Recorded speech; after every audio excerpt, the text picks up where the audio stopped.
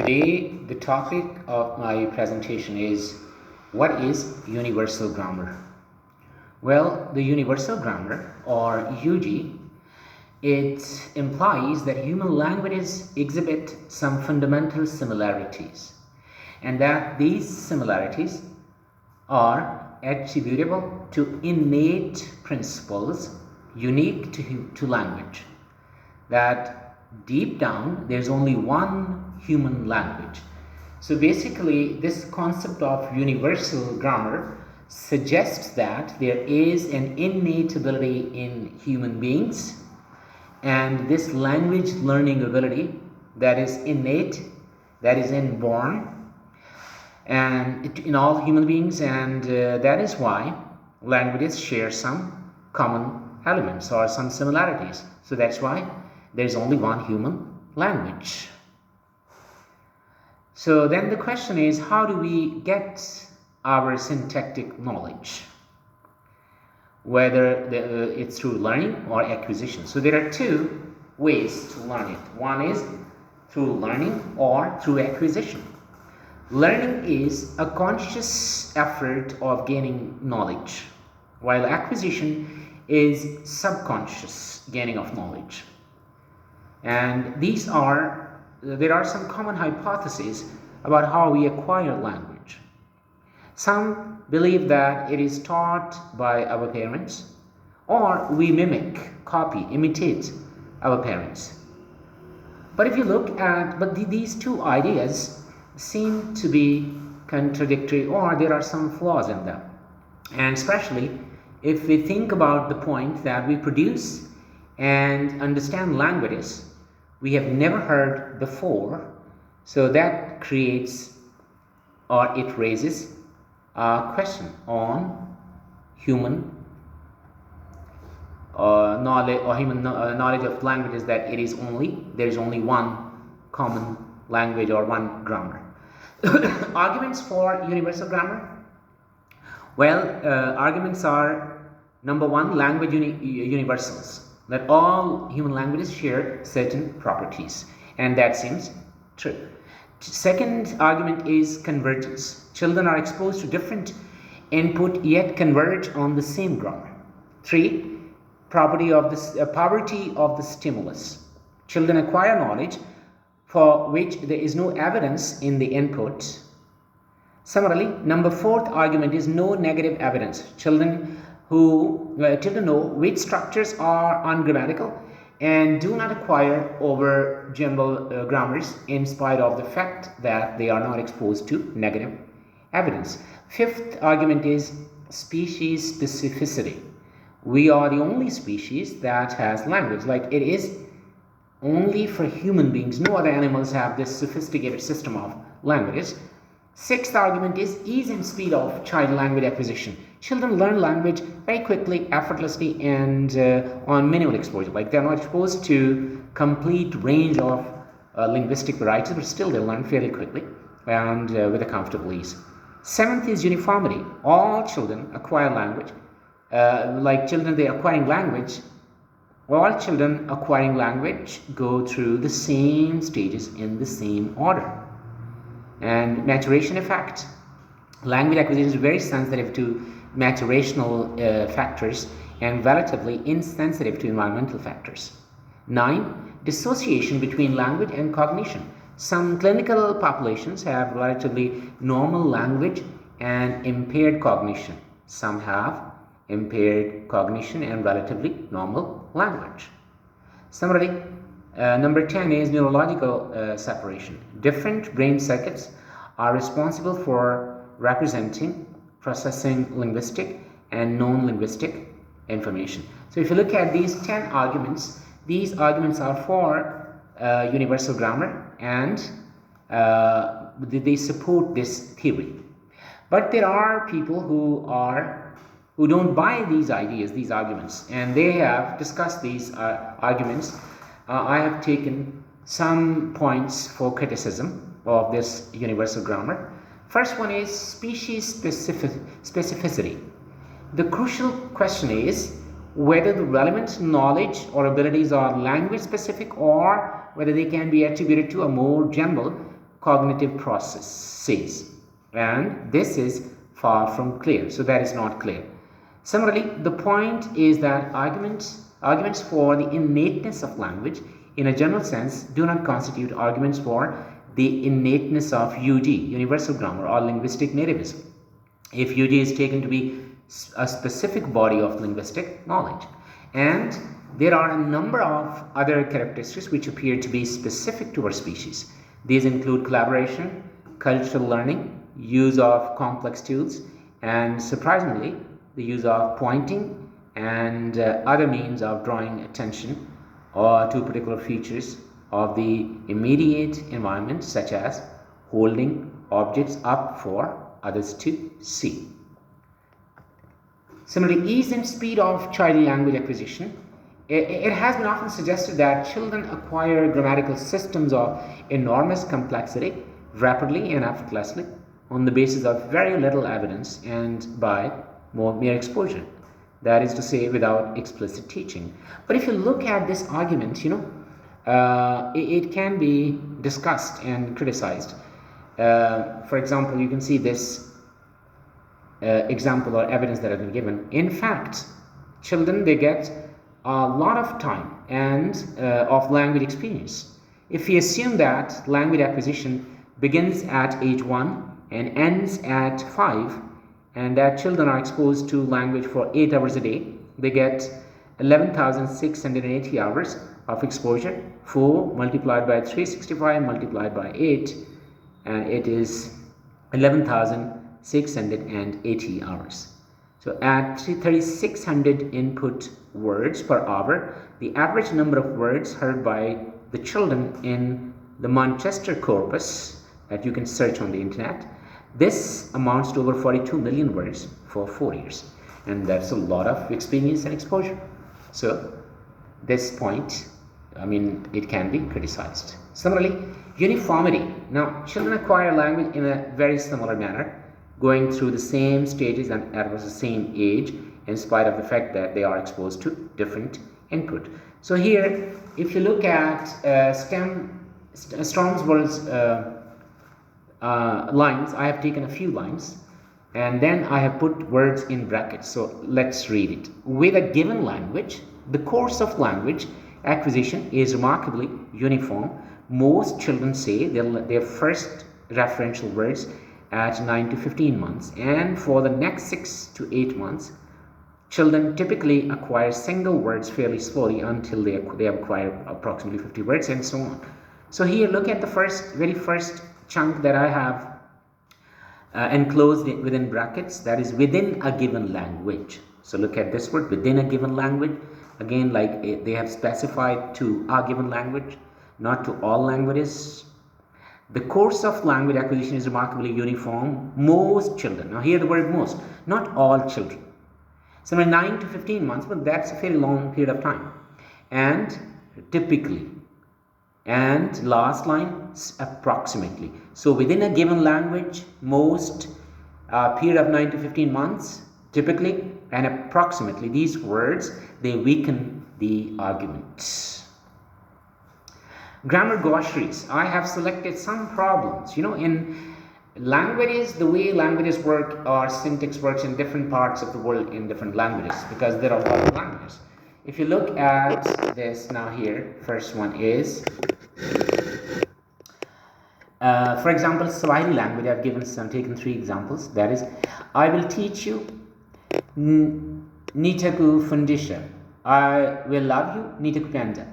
I will see you, Eliwana. If you look at it now, here complete English sentence has been translated into a single word. And if we change the pronoun I to you or we, there will be a little bit inflection that will be needed. Like may become or other such changes. And in some cases, an extra syllable or a word is added. Similarly, use of article in Oriental languages versus Occidental languages. If you look at Urdu, Punjabi, Saraiki, or these Oriental languages, Arabic, we have problem in the use of article. Why? Because we don't have any proper use of article here in these languages. Like we say my brother is doctor. We don't say my brother is our doctor in Urdu. So when we say, we use word he is a teacher. He is teacher. Actually, it should be he is our teacher, but when we translate into Urdu, it becomes something like he is teacher. We don't use article. This is a chair. This is a laptop. We don't say this is our laptop, we say this is laptop. In Urdu, its Urdu equivalent will be, or in Oriental language, if you translate that, you will see that there will be no proper use of article. Why? Because Oriental languages don't have article, while Occidental languages, they do have article. Similarly, stative verbs, we make mistakes in them. The present perfect and the past simple, we have confusions, and it's the same tense. Similarly, present continuous and present perfect continuous. These two tenses are the same in English. Similarly, in Arabic language, fi'l muzari, that is the same for present and future. Possessive cases in Arabic, they also have a problem, like boys, the boy's dog becomes dog the boy. And similarly, in African languages, there are words that start with ng in the beginning, but in English language, there isn't even a single word that starts with ng in the beginning. Ng can be in the middle or towards the end of a word in English. And absence of certain linguistic features in languages, that also creates a problem. Linguistic ambiguities. Now here I have taken a few examples. First one is Sicilian dialect no longer has a future tense, which makes it unique for other Italian dialects. One can attempt to express intent in the future by using the indicative EX. I go to carnival tonight could be taken as present or future, depending on context and inflection. Similarly, Aymara, an Amerindian language spoken in the Andean highlands of western Bolivia, southern Peru, and northern Chile, appears to present a fascinating contrast to these well-known patterns and challenge to the cross-cultural universals of metaphoric cognition that have been slowly building up in our databases. In Aymara, the basic word for front, that is neara, that eye, front or side, is also a basic expression meaning past. And the basic word for back, that is a basic expression for future, meaning like it is used for future. So we therefore need to ask how seriously we should take these simple lexical data as evidence about the cognitive constructs of Aymara speakers. Further, it is in fact an instance of the same mappings we have been seeing in other languages, reversed in some way, or are there quite different metaphoric mapping involved. So how would we know? I have also selected an interesting sentence that is available on like internet. Everybody knows about it, and you might have been asked as a riddle from your friends. That is, a mother beats up her daughter because she was drunk. That's an English sentence, and it's quite confusing. And you can also tease your friends by asking them who is the drunk one. Similarly, how there is also Cook Tayor people community in Australia. They speak language. The language is completely different, and there is a lecture on TED Talk. You can watch that lecture. Language shapes the way we think. And you would like, I have just taken one example from that TED Talk lecture. It was wonderful. It was a wonderful lecture. You can watch it, and I hope you enjoy that lecture. So here, the speaker says that languages are different, and this language, especially the way they speak, the way they use language, that represents a different cognitive world. Here, one example that I've chosen is, how would you say something like, oh, there's an ant on your southwest lap? Or move your cup to the northeast a little bit. In fact, the way that you say hello in Kuktaya is you say, which way are you going? And the answer should be northeast in the far distance. So here, look at the way these Kuktaya people, they are speaking.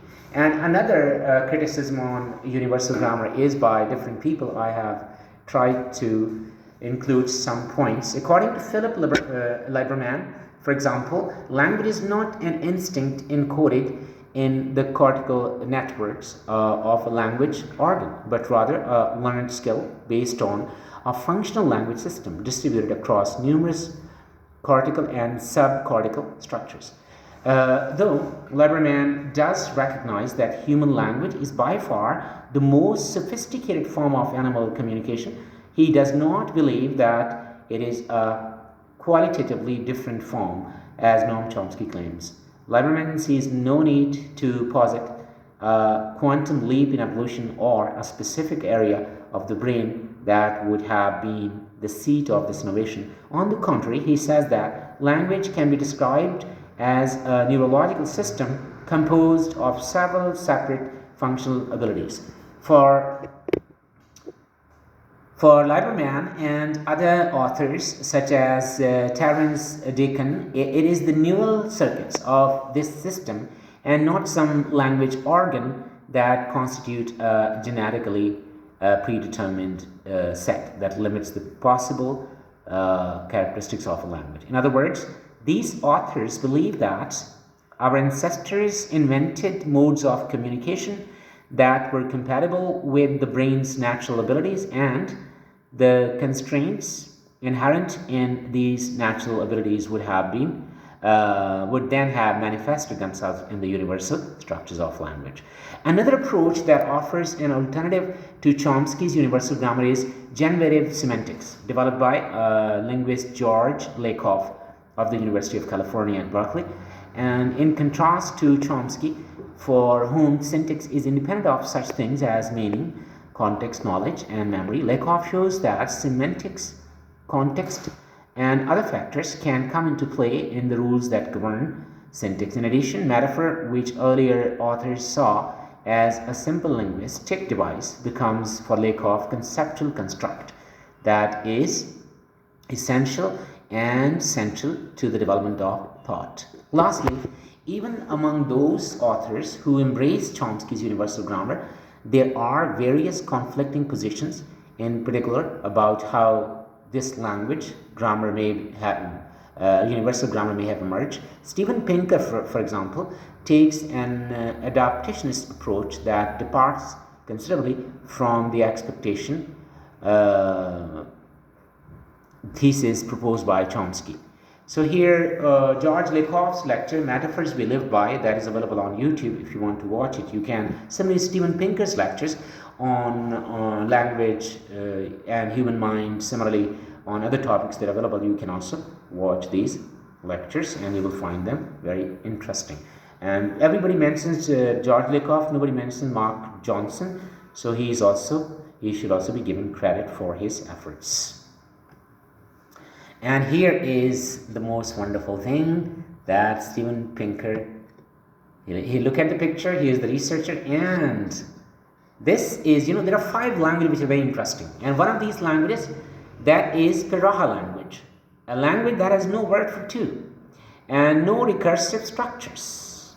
So Piraha speak a language without numbers, color terms, perfect form, or basic quantity terms like few or some.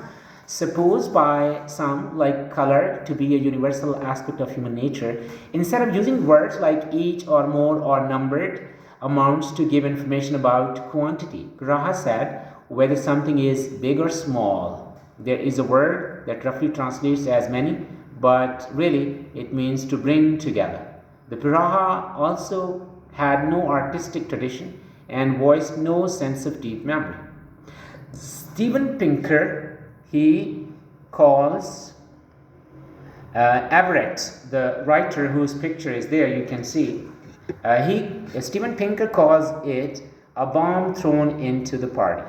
Everett had found a language that had directly contradicted Noam Chomsky's widely accepted theory of universal grammar, and Dean Everett believes that Piraha undermines Noam Chomsky's idea of universal grammar, and photograph was taken by Martin Scholler. And it is these people, they also think that all other languages are inferior to their languages.